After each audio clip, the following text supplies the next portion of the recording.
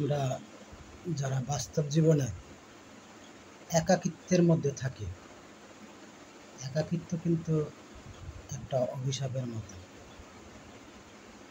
একাকিত্ব কিন্তু একটা মানুষকে কুরে করে খায়।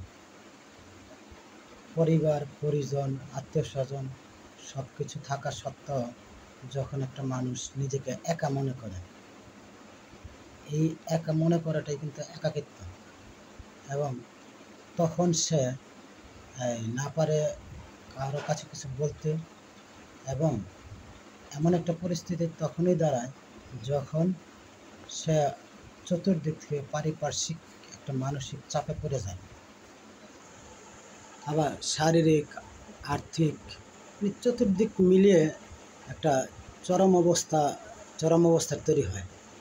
এবং তার চারপাশের পারিপার্শ্বিক যত আপনজন আছে, পিতা মাতা, ভাই বোন, স্ত্রী সন্তান, সবাই তার প্রতি যখন বিরূপ ব্যবহার শুরু করে, এই ব্যবহারে অতিষ্ঠ হয়ে সে আস্তে আস্তে ধীরে ধীরে নিজেকে একা করে ফেলে। এবং মূলত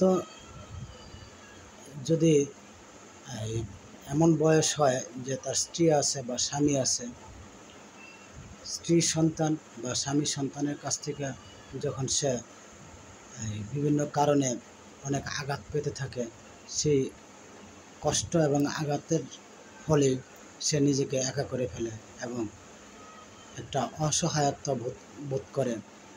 অনেক কষ্ট পরিশ্রম করার পরও যখন তার কোনো নাম হয় না, কোনো কৃতজ্ঞতা পায় না, সকল কিছু থেকে নিজেকে যখন অসহায় মনে হয় যে জীবনে যাই করলাম, যাই কিছু করলাম, কোনো কিছুতে সফল পেলাম না, সুফল পাওয়ার অনেক চেষ্টা করলাম, অনেক কষ্ট করলাম, কোনো কিছুতে কোনো কিছু ভালো ফলাফল অর্জন হচ্ছে না, কেউ কৃতজ্ঞতা অস্বীকার করছে না। কষ্ট এমন কষ্ট করলাম যেন কষ্টের কোনো মূল্যই পেলাম না। ডাল ভাত যতটুকু পারছে, স্বামী স্ত্রী হোক, সন্তান হোক, যতটুকু পারল, স্বামী যদি হয় তাহলে সে চেষ্টার কিন্তু ত্রুটি করে নেয়।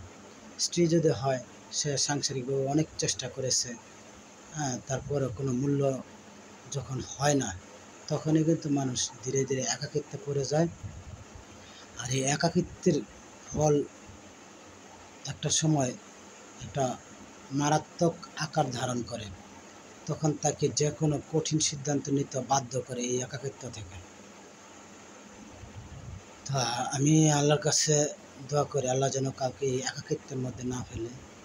একাকিত্ব একটা ভয়ানক রোগ, মানসিক রোগ তো অবশ্যই।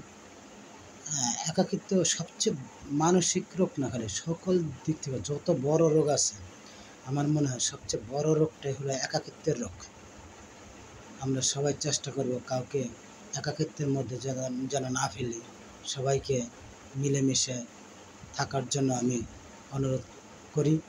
সবাই যেন মিলেমিশে তার পারিপার্শ্বিক পরিবারের সবাইকে যেন একসাথে নিয়ে বাঁচে, কাউকে যেন একাকিত্বের মধ্যে না ফেলা হয়। একাকিত্ব মানুষকে অনেক কষ্টে ফেলে দেয়, অনেক দুঃখের মধ্যে ফেলে দেয়, যন্ত্রণার মধ্যে ফেলে দেয়, অনেক শাস্তির মধ্যে ফেলে দেয়। তাই আমরা চেষ্টা করব যেন কেউ একাকিত্ব বোধ না করে, তার চতুর্পাশে যারাই আপন আত্মীয় স্বজন থাকে, সবাই যেন তাকে এই কষ্ট মুখ থেকে, এই যন্ত্রণা থেকে মুক্তি দেয় এবং সেও যেন ভালোভাবে বেঁচে থাকতে পারে।